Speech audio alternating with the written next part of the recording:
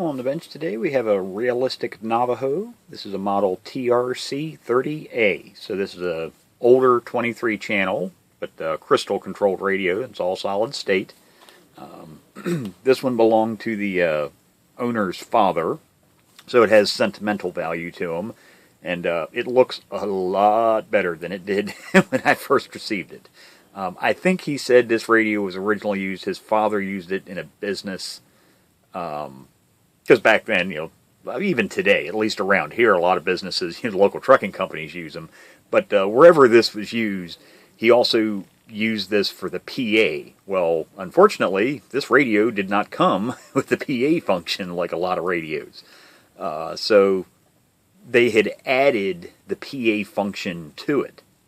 So one reason the radio looks a lot better than it did is that's not the original faceplate. The original faceplate is right here, and it looks exactly like it did when I received the radio. So you can see, paint had been touched up over the years. The biggest problem, other than the speaker grill is pretty gnarly, but there was a hole drilled in it. Remember, I always say, I hate holes. So when this radio arrived, it had no switch in it, and the wires were just bouncing around inside, and the wiring was disconnected to the external speaker jack on the back, because that was tapped in for the PA. Now, luckily, me having pretty much every radio ever made by man and having parts chassis, I of course had a couple of these, and had a really nice condition faceplate. Only has some tiny little minor flaws. There is one little scratch right in the, if I get to get my hand there and you can see in the reflection, there's a tiny little scratch there. But other than that, it's in really nice condition. So now the one thing he wanted to try, because of course this was his father's, and the one thing that truly made it his father's was there was originally a sticker. I don't know if I get to reflect. You can see it. Had the original call sign from the label gun sticker on there. Well, he asked if I could take that off, so I did. I was able to get it removed. Now, there was a little bit of a curl to it, so I actually just temporarily, until the glue dries in this bottom corner here, I've got a piece of Scotch tape holding it while that glue sets up. But I was able to transfer that, the old, and I actually have a couple of those, the old clicker guns, the old label-making guns.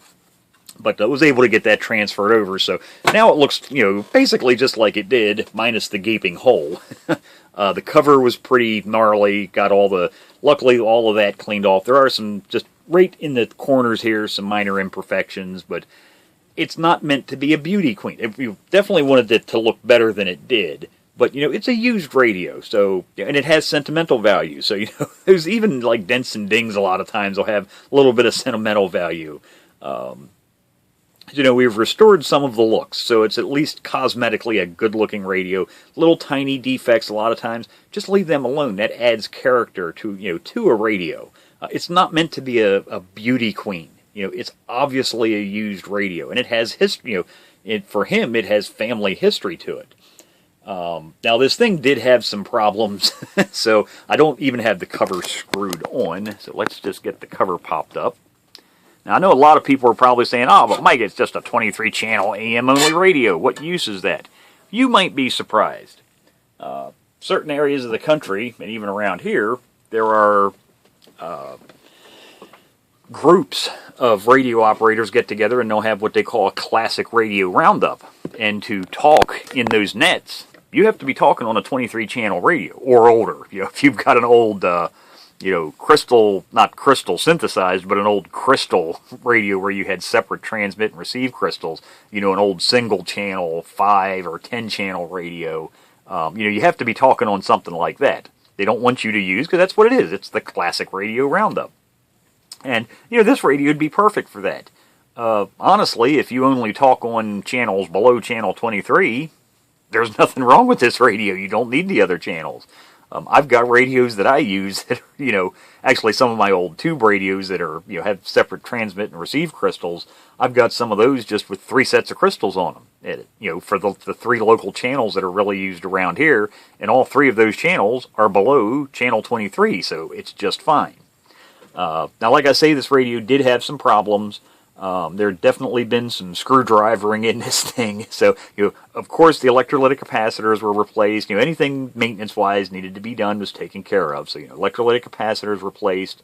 Obviously clean the cosmetics of the radio up some.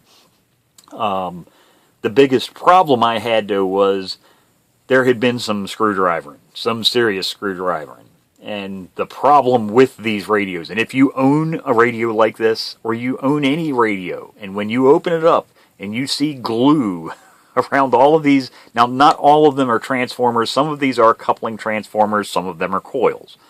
They all have 5 terminals sticking out of the bottom of them, but unless you take either look at the schematic or actually pull it out and pull the can off of it to see that there's actually only maybe 1 wrap of wire, or there's 2 wraps of wires and 1 with a center tap to see if it's a transformer or a coil.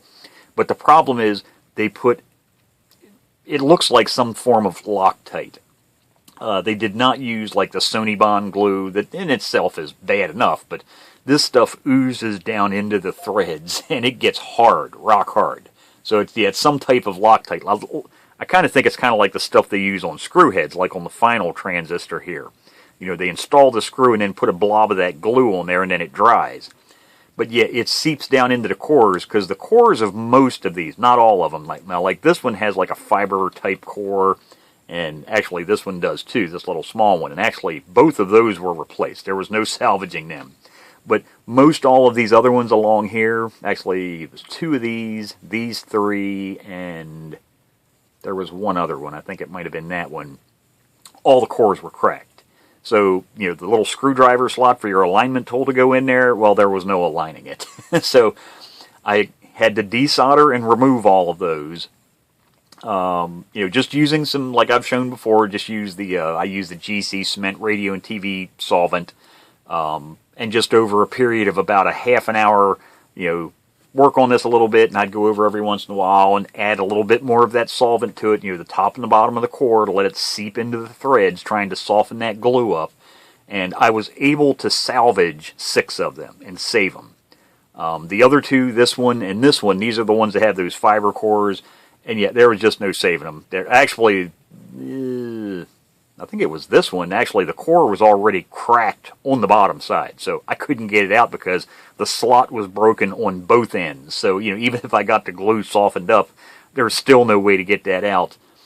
This one here, the core was fine on the bottom, but the problem was the fiber tube, and it's like I say, it's not plastic, like a nylon plastic form like they use in these. This one had some type of, you can see it's sticking up there, and this one is kind of brown, and it's almost brittle. And it just cracked when I stuck the alignment tool in there to try and, wiggle it back and forth. And that's what I'll do. I'll sit there for a couple minutes just lightly. And especially once you see it starting to move, just rock it back and forth. Try and get that glue softened up. And yeah, the tube, the actual form that the wires wrapped around, it actually just snapped in half. So luckily, obviously I have parts chassis because I've replaced the faceplate. So, I took a good transformer. Actually, no, that's not a transformer. That one is a coil. But it's a tunable coil. Took one of those out of another radio. I was able to get the glue softened up in that one and get the core freed up. So all of them are working now, so the alignment's been done. And it's a good working radio. It's a good receiving and transmitting radio. Like I say, it's 23 channel, but perfectly fine if you don't need to talk on any channel above channel 23.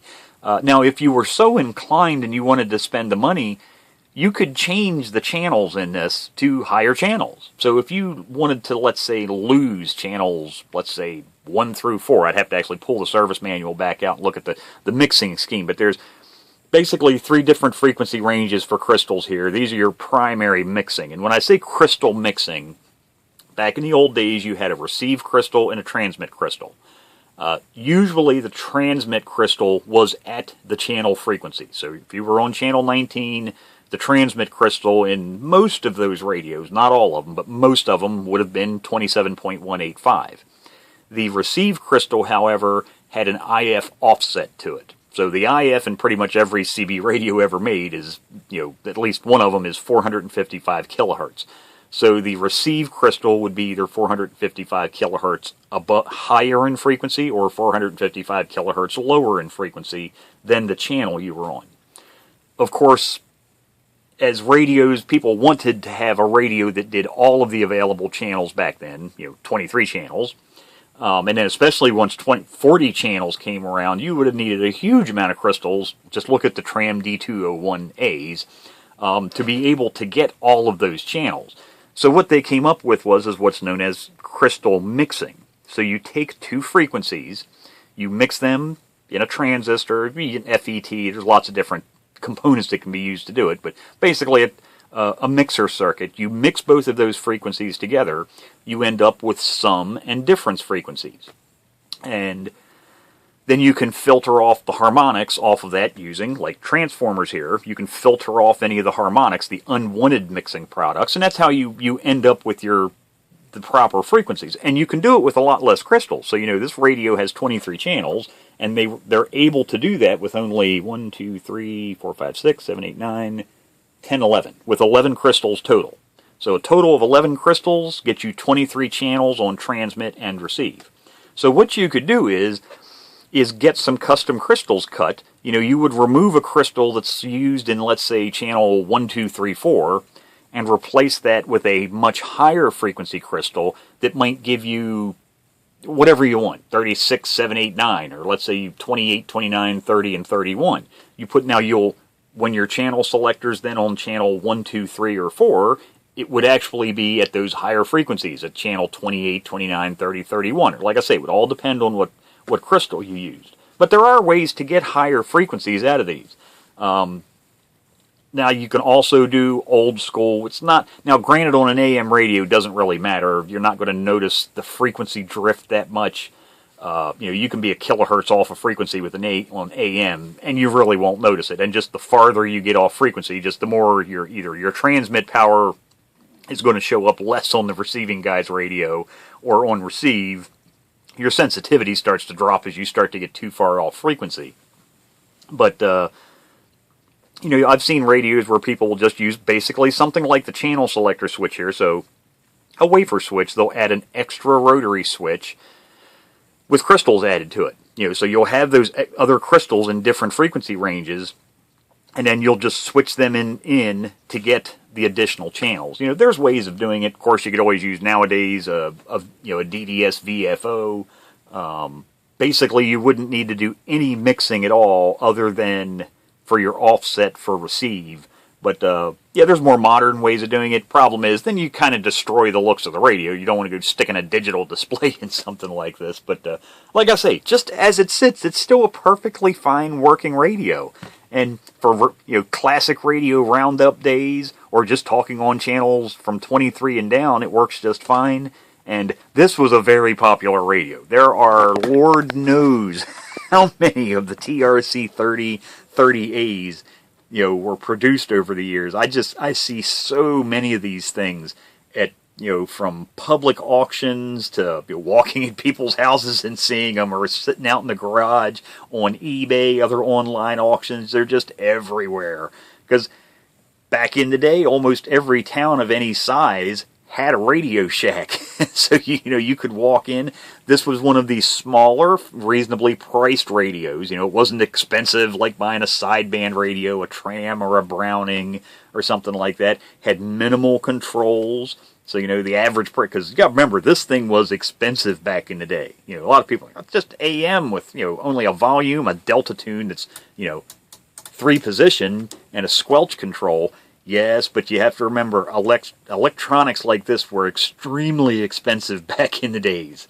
Unlike today, this thing would probably cost, $30 or more, $30 to $40 if I had to guess, if it was being made in China, back in the day, this was an expensive device. You planned 6 months, a year in advance, and you saved up for a long time to buy something like this. So, yeah.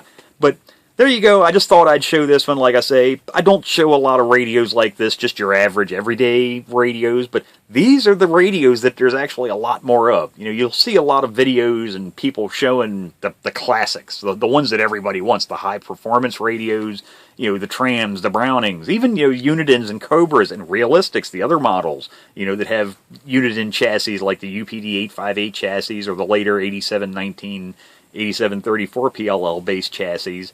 But there's absolutely nothing wrong with these. They're nice radios. I've got one of these. Actually, it's brand new in a box myself. Nice radio. I've got it for collector's purposes, but every once in a while, take it out of the box, dust it off. Well, I don't need to dust it off. It's in a box, but hook it up, power it up for a while, hook it up to an antenna, and talk on it. Like right now I got it on channel 19. It's kind of dead here. It's the middle of the night, so I don't plan on... You'll just see... Even the bowl's dead. But that's to be expected. It is, what is it? Yeah, it's about 3:50 in the morning. So I wasn't expecting to really hear much. But, yep, so there you go. There's a realistic Navajo TRC-30A back up and running. Had some minor-ish repairs, like I say, the transformers and coils. But other than that, just a recap job. Plop the new faceplate, or a good used faceplate on it to spruce it up a little bit, make it a little bit more appealing to look at, and ready for the customer to either use or just make a shelf queen. Like I say, this is a family heirloom, but there you go.